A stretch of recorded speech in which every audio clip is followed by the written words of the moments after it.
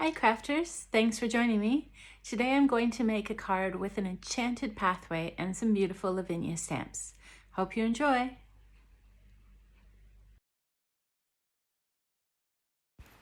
So I started with a 5 by 7 inch piece of card, and I used some post-it note tape just to mask off the bottom area, and the bottom part will be the water. And then I added my distress inks onto the sky. So I started with the lightest color, which is the tumbled glass, and I put this in the center area. And then I went in with my second color, which is salty ocean, and I blended this around the tumbled glass. Now, distress inks are always going to take you a little bit longer to blend, but I really like the brightness and the vibrancy of them, which is why I use them so often. But of course, you could always use Distress Oxides if you prefer. So once I was happy with the two colors on the card, I'm just going to go back to the tumbled glass and blend the two of them together. And then I can add a shadow on the outside of the card with some chipped sapphire distress ink. And the idea that I had for this card was to make a pathway. So I kind of used this chipped sapphire as like an archway around the outside of the card. And it also helps to bring the eye into the center of the card, having that darkness on the outside. So I'm just going to blend the two colors together, and I'll just turn the card to make sure that the arch of the chipped sapphire is even there. You could, of course, use a different color scheme for this, and I'll show you another idea later on in the video. So I'm just removing the mask there, the post-it tape, and I'm going to reapply it onto the sky so that I can do the ground or the water. And it didn't quite stick the second time, so I'm just adding a little bit to the edges there. Now I wanted the water to look almost black, so I used chipped sapphire distress oxide for this. And it gave it a really still look. It could, of course, be a ground if you prefer. But I was thinking it would be like an ocean really late at night. So once I've completely covered that, I'm going to remove the mask. And when I removed the mask from the side there, I just noticed on the right-hand side, there's a little area that didn't get covered. So if that happens to you, just put your mask back on and add some more ink on that area. Now, once that's completely dry, we can create the pathway. So the way that I did this is I used my post-it note and went from the bottom left corner to the horizon line. And then I repeated the same on the other side as well. Now in this video, I use a new piece of post-it note tape every time, just so it looks nice for you.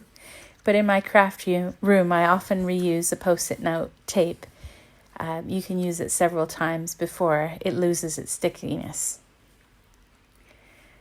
So once I've masked off my pathway, I'm going to add another bit of post-it note on the horizon line itself, just because I don't want any ink or any of that beautiful sky to get covered up.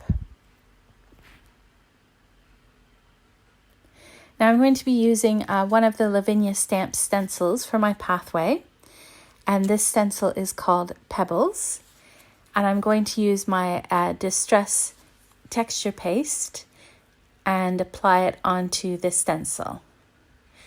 And because of the masking from the post-it note tape, it gives you this beautiful pathway which disappears into the horizon.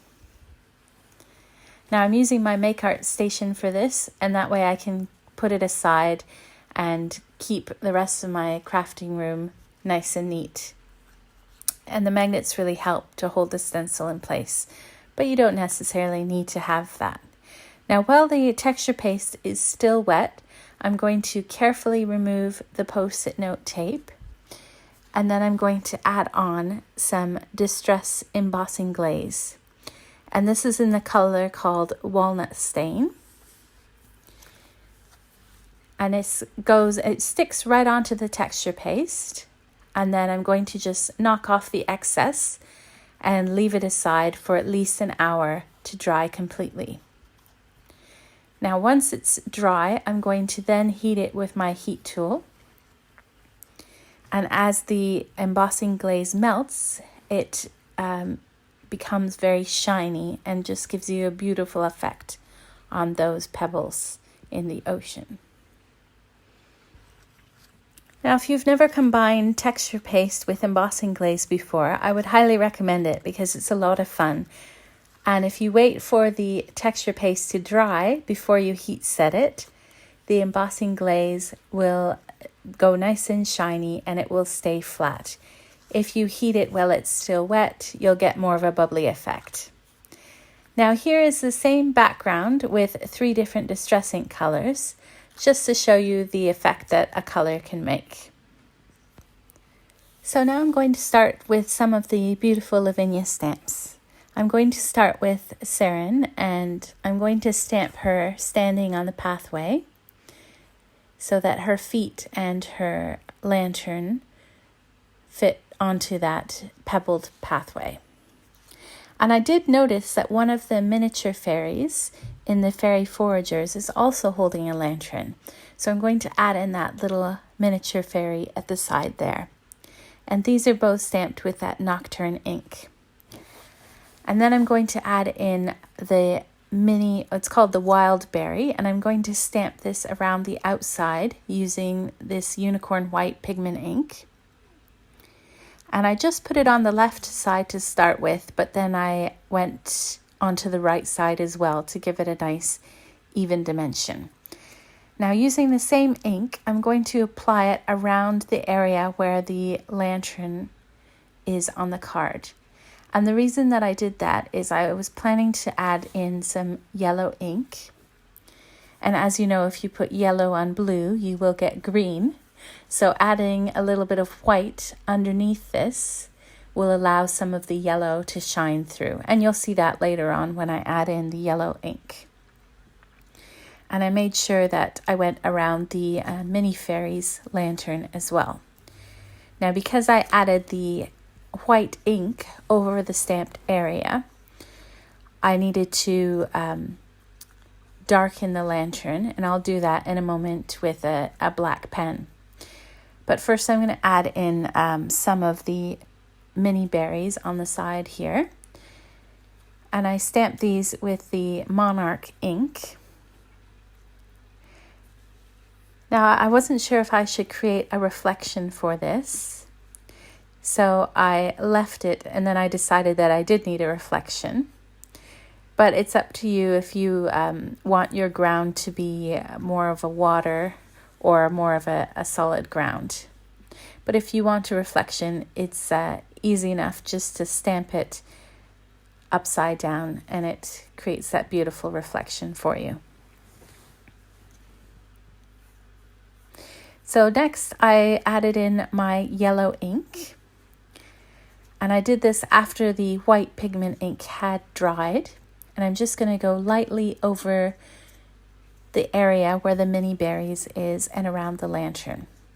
And you'll see you get that beautiful yellow color where the white pigment ink was, and you'll also get a little bit of green around the outside, which I think looks very magical.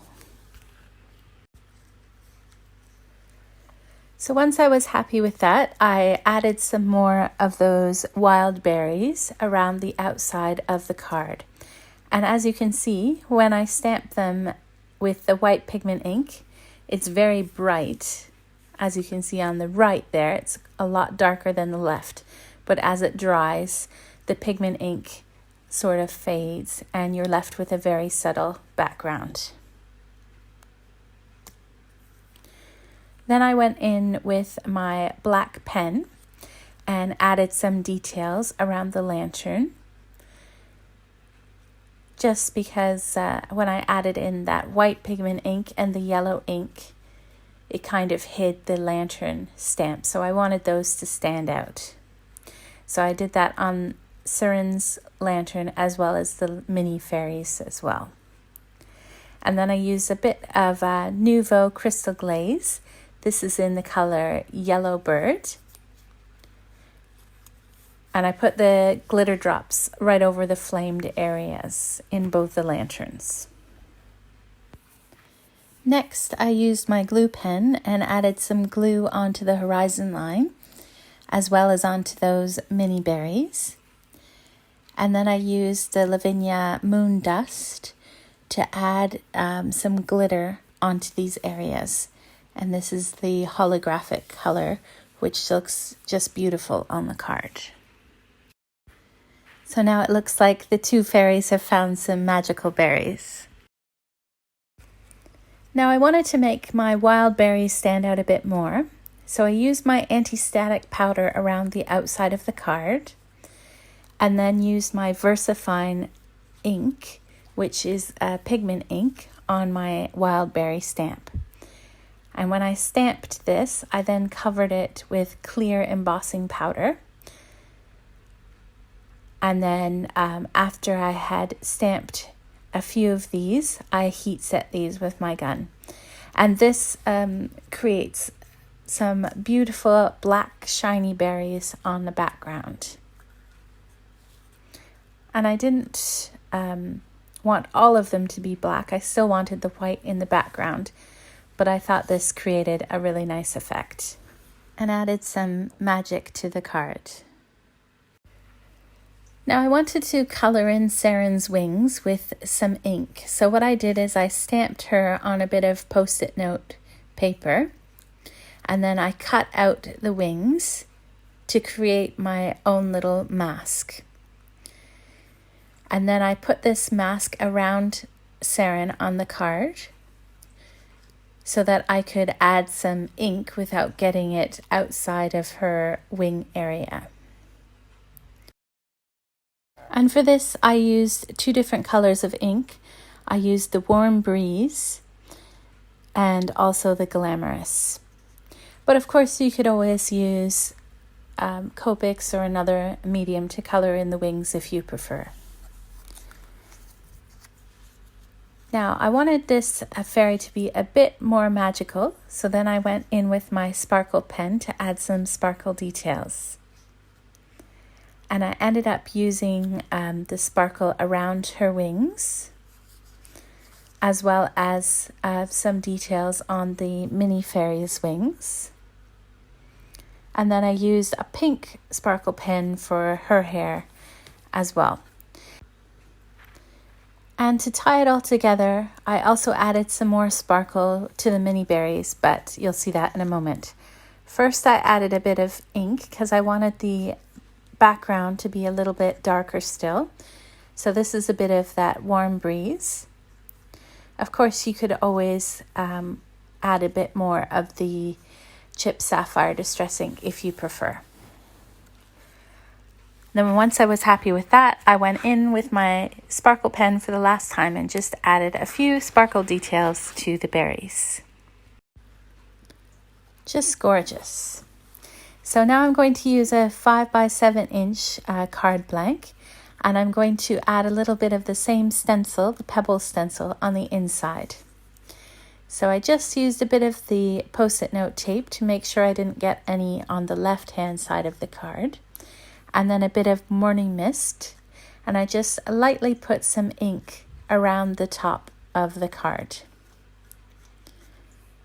And then I wanted a sentiment on the inside of this card that was kind of a friendship sentiment. So I used some stickers from Tim Holt's Ideology range, and there's a whole bunch of white and black ones, but I went for the white ones. My sentiment reads, Friends and Dreams. You can, of course, add any stickers depending on the message that you want in your card. So then I'm going to add my completed card front to the outside of this card blank. And I just used white PVA glue for that. And you can see the finished card here, which is just beautiful. And I'll also show you the finished red one. On the inside of the red one, it says, Together we explore.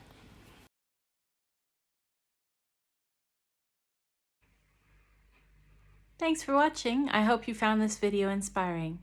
Be sure to subscribe so that you're notified whenever I post a new video. Click here to see another video featuring distressed texture paste. Have a crafty day!